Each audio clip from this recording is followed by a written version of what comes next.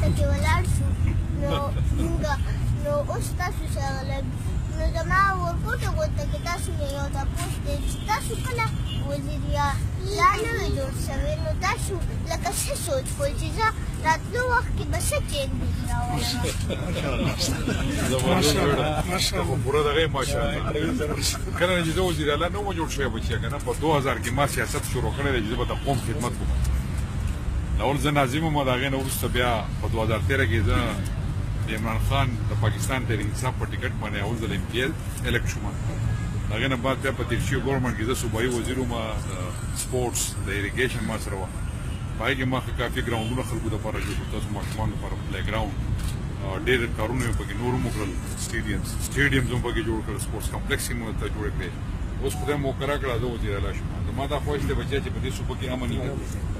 او دلته کې تاسو ټولې ماشومان چې دي دا سبقونه ووایي دا معاشره ایجوکیټ شي د دې معاشرې نه ګن پاک شي د هغې لپاره دلته امن راشي دلته کې چې څومره نور هم د تاسو ته هیلث فیسلیټیز میلاو شي تاسو ته روزګار موقع تاسو درلود موږ د هغې لپاره راوتي خلک یې نور مو هېڅ دغه نشته اول خیبر د پاکستان دی بیا د خیبر پښتونخوا د دې لپاره خامخا چې دغه هم دغه دی دا ستا انعام دی دا ستا انعام